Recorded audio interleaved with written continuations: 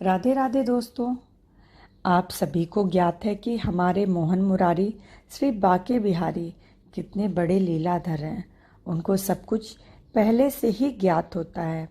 किस तरह वो अपनी लीलाओं के माध्यम से अपने सभी प्रियजनों को सही मार्ग दिखाते हैं।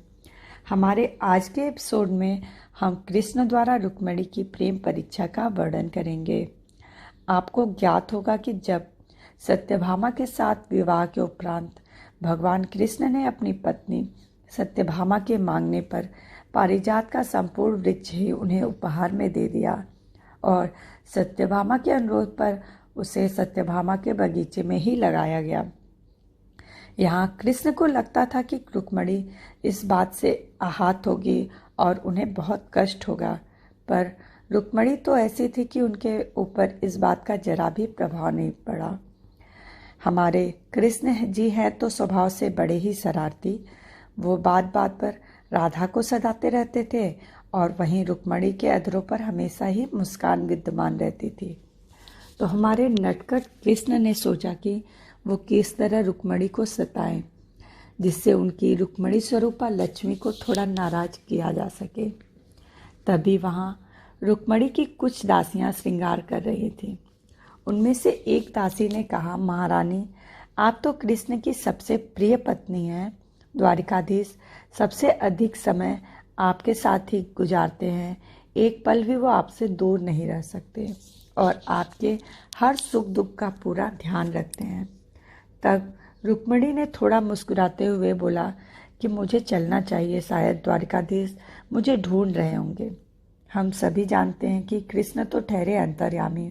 उनको ये बात ज्ञात हो गई। रुक्मिणी को उनके प्रेम को लेकर अहंकार तो नहीं है, ऐसा सोचकर श्री कृष्ण ने रुक्मिणी की प्रेम परीक्षा लेने का मन बना लिया। एक बार रुक्मिणी कृष्ण का पैर दबा रही थी और उनके साथ समय बिता रही थी। तभी कृष्ण रुक्मिणी से कहते हैं कि रुक्मिणी, तुम विश्व सुंदरी हो, सर्वाधिक पतिव्रता हो, तुम्हारा प्रेम और समर्पण अतुलनीय है, किंतु मुझे आज तक ये ज्ञात नहीं हो पाया कि तुमने जीवन साथी के रूप में मेरा चुनाव क्यों किया, जिसका कोई घर बार नहीं, जिसका जन्म कंस के कारागार में हुआ और जिनको बचपन से ही माखन चोर छलिया नाम से पुकारा जाता है। ग्वालों के साथ मिलकर अबोध गोपियों की मटकियां तोड़ता था, उनके वस्त्र चुराता था। मेरे प्रेम में पड़कर सभी ने अपनी पति और बच्चों तक को छोड़ दिया। उन्होंने मेरे लिए क्या नहीं किया। इसके बावजूद मैंने उन गोपियों, यशोदा माँ, राधा सभी को छोड़ दिया। आज वो सब मेरी स्मृति के कारण ही शायद जीवित है और मैं यहाँ इस स्वर्ण नगरी द्वारिका में 16,100 पत्नियों के साथ रहकर इनकी सेवा ले रहा हूँ। जरासंध से तो मैं इतना भयभीत हो गया था कि पूरा पर्वत लांघकर भागकर यहाँ समुद्र में द्वारिका नाम का एक नगर ही बसा लिया।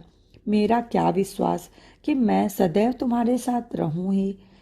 तुम्हारा विवाह तो किसी सर्वश्रेष्ठ और पत्नीव्रता क्षत्रिय से होना चाहिए।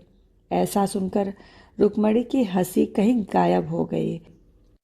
जीवन में पहली बार वो कृष्ण की बातों से इतना दुखी हुई। इसके बाद आगे सुखदेव गोस्वामी जी बताते हैं कि ये सब सुनते ही देवी रुक्मिणी जोर से जमीन पर गिर जाती हैं और बेहोश हो जाती हैं और उनके मन में ये बात घर कर जाती है कि शायद श्री कृष्ण अब उनसे अलग हो जाएंगे। वो योगेश्वर हैं, वो सभी के साथ तो हैं पर उन्हें किसी की लालसा नहीं है। तभी दासियों ने आकर उन्हें बताया कि पिछले 3 दिनों से भगवान श्री कृष्ण ने राजनीतिक व्यस्तता के चलते खाना नहीं खाया है। बाकी सभी रानियों को उन्होंने खाना खाने को कह दिया था। रुक्मिणी भी कृष्ण की आज्ञा मानकर खाना तो ग्रहण कर लेती थी, किंतु वो खाना पचता ही नहीं था। उन्हें लगातार भूख सहनी पड़ी, किंतु उन्होंने किसी से इसका जिक्र तक नहीं किया। वो श्री कृष्ण के समान ही भूखी रही। इसके पश्चात जब श्री कृष्ण को रुक्मिणी के भूख के बारे में ज्ञात हुआ तो उन्हें अपने पास बैठाकर भगवान श्री कृष्ण ने अपने हाथों से खाना खिलाया और उनकी सेवा करते हुए बोले कि वो केवल ठिठोली कर रहे थे, मजाक कर रहे थे। वास्तव में कृष्ण रुक्मिणी के बिना अधूरे हैं और उन्हें अपने गले से लगा लिया। दोस्तों, आज भी द्वारिका में रानी रुक्मिणी के दर्शन के बिना द्वारिकाधीश के दर्शन अधूरा माना जाता है। इस घटना के पश्चात श्री कृष्ण आश्वस्त हो गए कि उनकी रुक्मिणी का प्रेम पारिशुद्ध और प्रगाढ़ है। ये सारा वृत्तांत लिया गया है कृष्ण और रुक्मिणी संवाद से।